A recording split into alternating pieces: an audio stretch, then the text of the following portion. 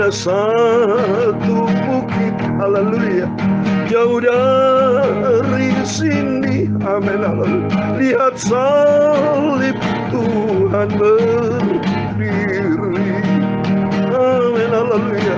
Sepotong kayu kasar, haleluya, tanda dosa besar.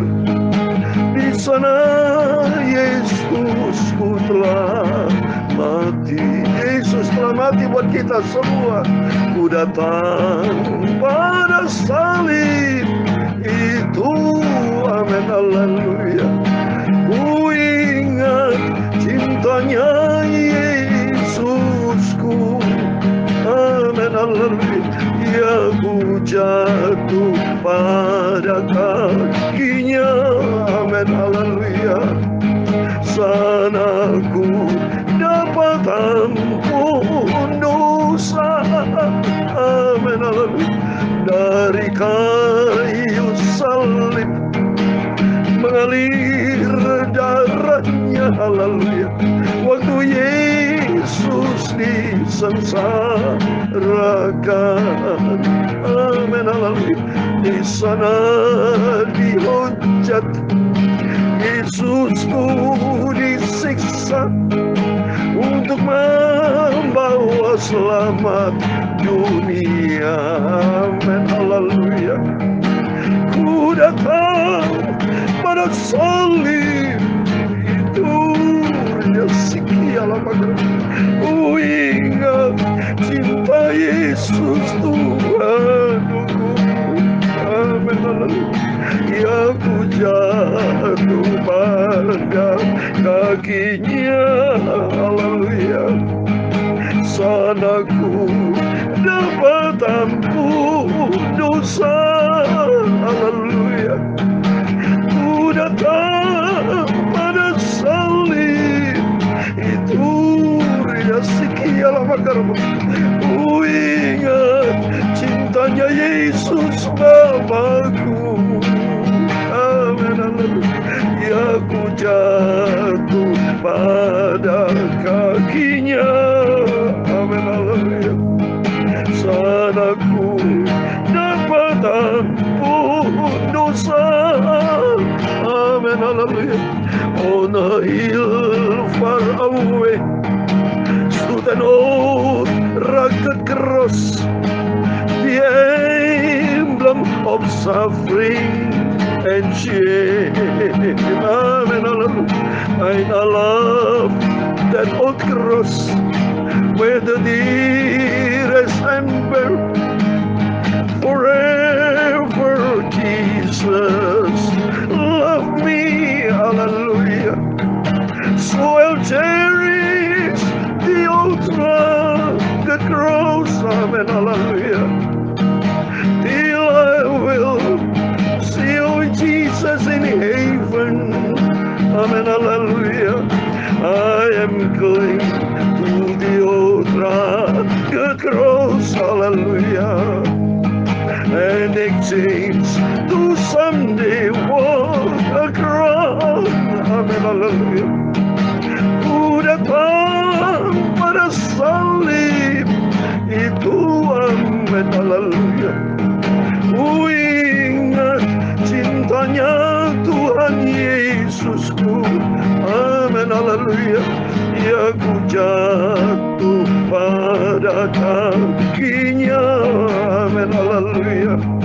Sana ku dapat ampun dosa.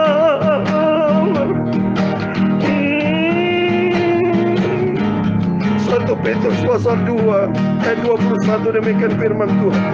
Sebab untuk itulah kamu dipanggil, karena Kristus pun telah menderita untuk kamu dan telah meninggalkan teladan bagimu, supaya kamu mengikuti jejaknya. Ia tidak berbuat dosa dan tipu tidak ada di dalam mulutnya.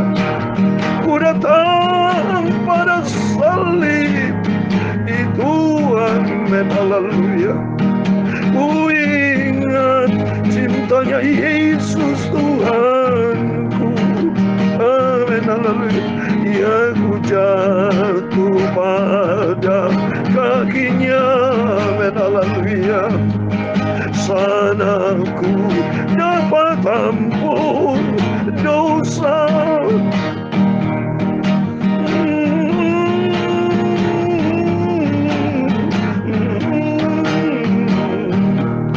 Ya Tuhan, punya mula kebesaran dan kejayaan, kehormatan, kemasyhuran dan keagungan. Amin, haleluya. Ya segala-galanya yang ada di langit dan di bumi. Ya Tuhan, punya mula kerajaan. Haleluya. Dan Engkau yang tertinggi itu melebihi segala-galanya sebagai kepala. Sebab kekayaan dan kemuliaan berasal daripadamu.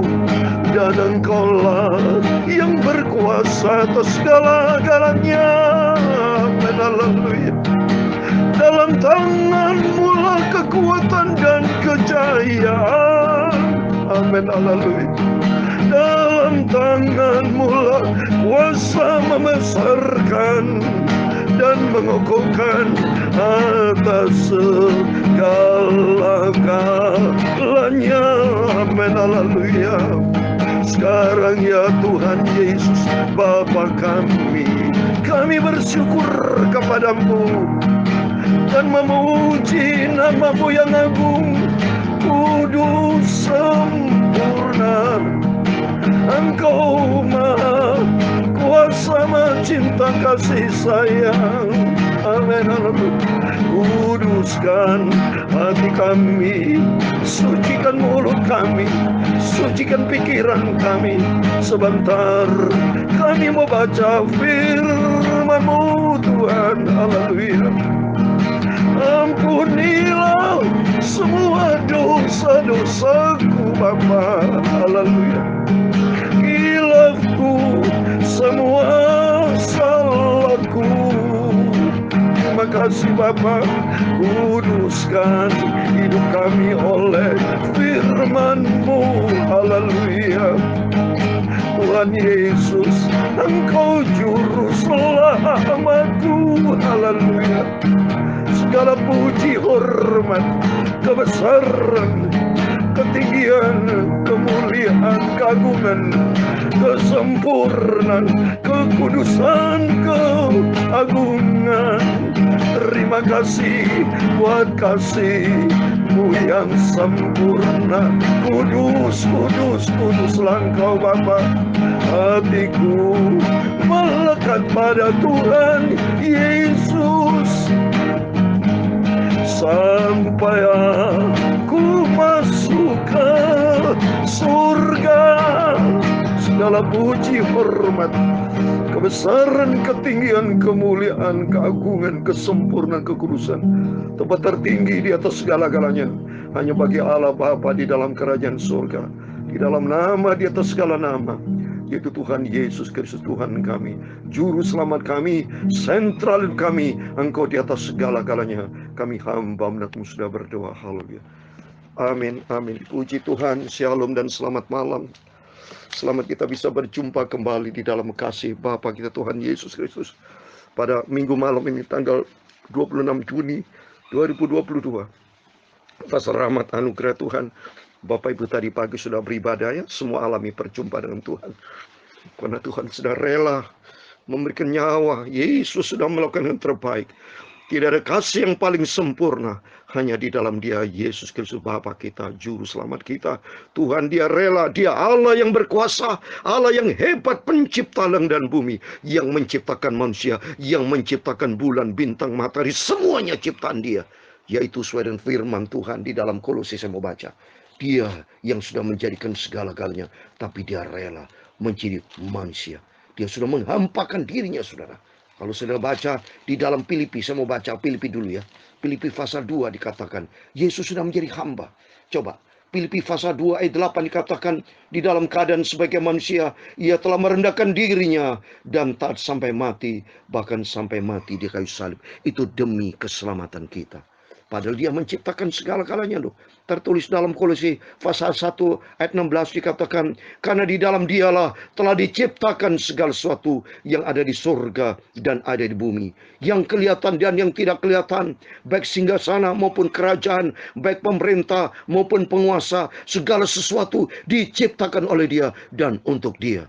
Di ayat 19 dikatakan, karena seluruh kepenuhan Allah berkenan diam di dalam dia. Hebat dia Yesus itu. Dia memang Allah, saudara. Oleh itu kita bersyukur, terima kasih. Kalau kita bisa dipanggil, dipilih menjadi anaknya. Sampai detik ini saya sebagai hamba Tuhan bersama Bapak Ibu bisa dengan setia melayani pekerjaan Tuhan.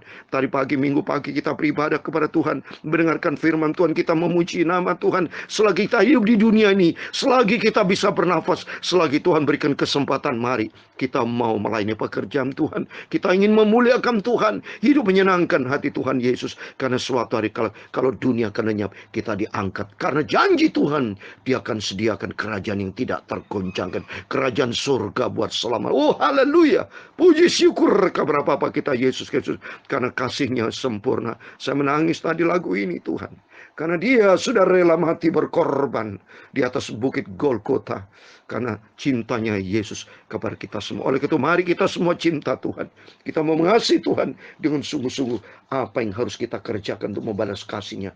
Tidak bisa, sampai kapanpun kita tidak bisa membalas kasih-Nya. Tapi apa yang kita bisa kerjakan, mari kita mau beribadah kepada Tuhan, kita mau menyembah, hidup kita taat kepada firman Tuhan, buktikan bahwa kita cinta Yesus dan hidup untuk Dia, untuk kemuliaan Tuhan. Amin. Mari kita kembali kepada firman Tuhan. Saya mau baca malam sebelum kita tidur. Puji Tuhan, perjanjian baru selalu malam hari perjanjian baru. Komitmen kita kalau besok pagi perjanjian lama, supaya kehidupan kita yang lama diganti dengan kehidupan yang baru, dan nanti kelak kita hidup bersama dengan Tuhan, surga buat selama-lamanya. Ini selalu saya tiap hari, tiap saat selalu tekankan Bapak Ibu, bicara kerajaan surga, kerajaan surga. Berarti nanti apa yang saya sampaikan menjadi fakta di dalam iman. Katakan, di dalam nama Tuhan Yesus Kristus, kita semua, Bapak, Ibu, Saudara bersama saya, keluarga kita semua, yang cinta Tuhan Yesus, yang setia kepada Tuhan, dan taat kepada Tuhan Yesus Kristus, nanti kelak Tuhan Yesus Kristus akan menyediakan, membawa kita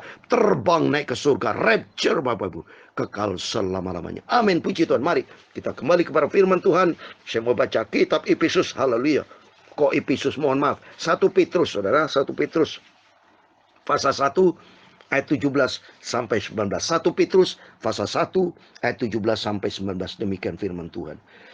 Dan jika kamu menyebutnya Bapa, yaitu Dia yang tanpa memandang muka menghakimi semua orang menurut perbuatannya, maka hendaklah kamu hidup dalam ketakutan selama kamu menopang di dunia ini. Sebab kamu tahu bahwa kamu telah ditebus dari cara hidupmu yang sia-sia, yang kamu warisi dari nenek moyangmu itu, bukan dengan barang yang fana, bukan pula dengan perak atau emas, melainkan dengan darah yang mahal. Ayat 19 yang terakhir, itu darah Kristus, yang sama seperti darah domba, yang tak bernoda dan tak bercacat celah. Amin, haleluya. Itulah kasih setia Tuhan yang sempurna. Demikian firman Tuhan yang sudah kita baca, 1 Petrus pasal 1 ayat 17, 18, 19. Di dalam nama Tuhan Yesus Kristus, Bapak, Ibu, Saudara semua bersama saya diberkati Tuhan. Menjadi kerinduan kita bersama, nama kita terdaftar, tertulis di dalam kerajaan surga. Yaitu ada 3 hal yang mau sampaikan kepada Bapak, Ibu, Saudara semua. 3 hal penting. Yang pertama, jika kamu mencuma Dia Bapa, Bapa kita adalah berarti anaknya. Berarti hubungan kita harus intim dengan Bapa. Disebut Bapa karena kita sebagai anaknya. Dia menciptakan segala-galanya. Artinya mari kita membangun hubungan intim dengan Tuhan. Sebut Dia Bapa. Selalu saya berkata, Bapa kita Tuhan Yesus Kristus. Bukti bahwa kita rendah hati, punya hubungan fellowship, punya kemesraan kita. Harus kita mesra dengan Bapa. Harus kita mesra dengan Tuhan Yesus. Sebab Tuhan Yesus Bapa kita, Dia juru selamat kita. Yohanes 10 ayat 30 dikatakan, aku dan Bapa adalah satu. Jadi kita sebut nama Yesus adalah Bapa. berarti hubungan intim terjalin. Mari kita membangun keakraban dengan Tuhan, karena janji Tuhan kalau hubungan kita akrab dengan Tuhan, ada janji Tuhan dalam Mazmur 25:14. Mari sebut dia Bapa, berarti mari kita mau intim dengan dia. Henoh dalam Kejadian pasal 5, saudara, terjadi hubungan akrab, bergaul dengan Tuhan, sehingga Henoh masuk di dalam kerajaan surga. Itu mari kita senantiasa hari demi hari, waktu-waktu yang Tuhan berikan buat kita, mari membangun hubungan akrab dengan Tuhan, hubungan intim dengan Tuhan. Bukan suatu kerugian, tapi hubungan intim menjadi suatu keuntungan-keuntungan yang luar biasa. Besar kasih Tuhan kalau kita akrab dengan Tuhan, hati kita melekat dengan Tuhan. Dalam Mazmur 91 ayat 14-16 ada jauh 7 janji Tuhan. 7 janji Tuhan loh, kalau sudah baca Mazmur 91 ayat 14-16. Kalau hati melekat dengan Tuhan, Tuhan akan meluputkan kita yang pertama. Kedua, Tuhan akan membentengi kita. Ketiga, setiap doa kita akan dijawab sama Tuhan. Yang keempat, ada penyertaan Tuhan. Yang kelima, kita akan dimuliakan sama Tuhan.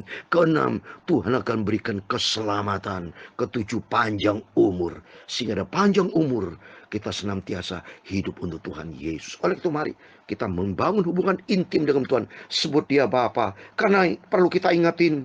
Yang kedua, harus kita takut. Menyebut dia Bapa. Harus kita takut karena kita akan anaknya. Karena nanti kita firman Tuhan di ayat 17.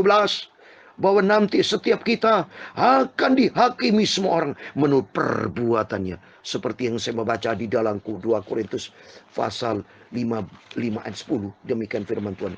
2 Korintus pasal 5 ayat 10 dikatakan, sebab kita semua harus menghadap tahta pengadilan Kristus, supaya setiap orang memperoleh apa yang patut diterimanya sesuai dengan yang dilakukannya dalam hidupnya, baik ataupun jahat. Ini berlaku umum, in general. Jadi berlaku umum, manusia akan mati, itu umum. Kedua, semua akan mengalami proses pengadilan, itu berumum.